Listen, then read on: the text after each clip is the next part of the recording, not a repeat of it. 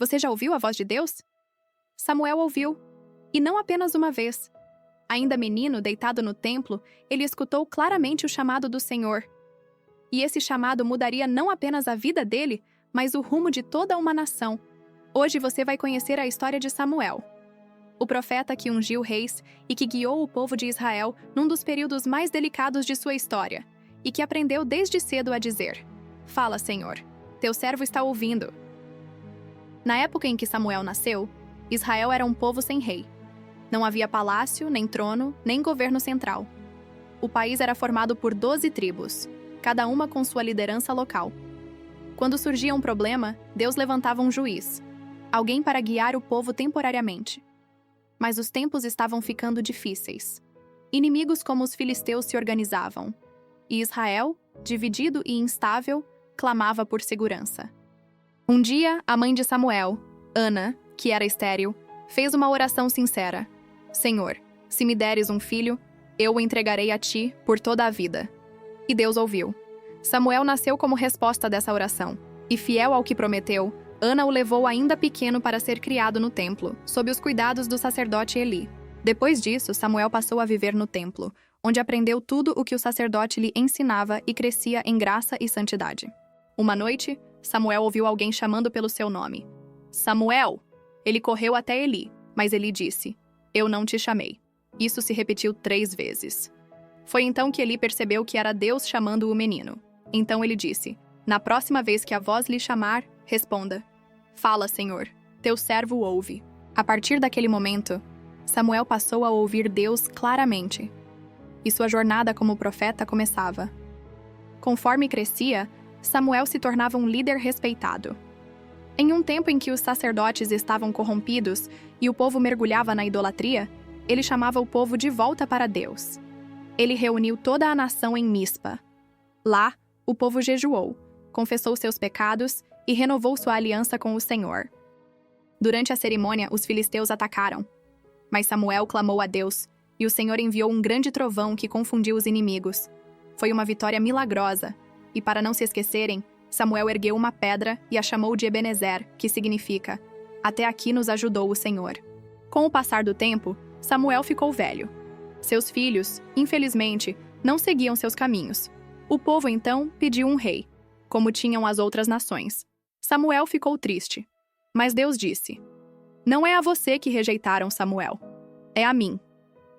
Então, guiado por Deus, Samuel unge o primeiro rei de Israel, Saul. No início, Saul era humilde, mas com o tempo se desviou da obediência. Após uma desobediência grave, Deus envia Samuel para confrontá-lo. E então, Samuel diz uma das frases mais marcantes da Bíblia: "Obedecer é melhor do que sacrificar." Foi o fim do reinado espiritual de Saul. Deus o havia rejeitado. Em seguida, Deus envia Samuel até a casa de Jessé, em Belém.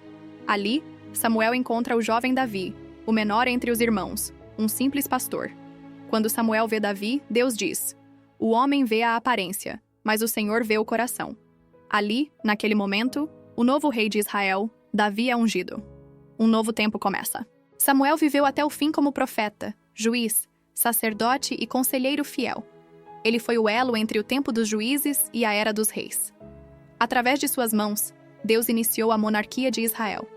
Mas, acima de tudo, Samuel foi um homem que, desde menino, aprendeu a ouvir a voz de Deus e nunca deixou de obedecer a ela. A história de Samuel nos ensina que Deus ainda fala, mas poucos estão dispostos a ouvir com atenção, com reverência, com prontidão. Samuel não buscava palco, não buscava títulos.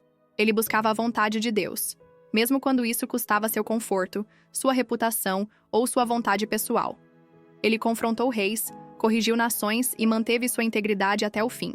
Sua vida é um lembrete poderoso de que fidelidade pesa mais que aparência. Obediência tem mais valor que rituais vazios.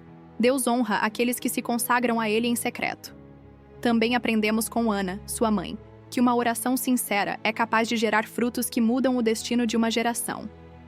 Aprendemos que Deus levanta pessoas desde a infância e que o chamado não depende da idade, da posição ou da força, mas da disposição em dizer: "Eis-me aqui."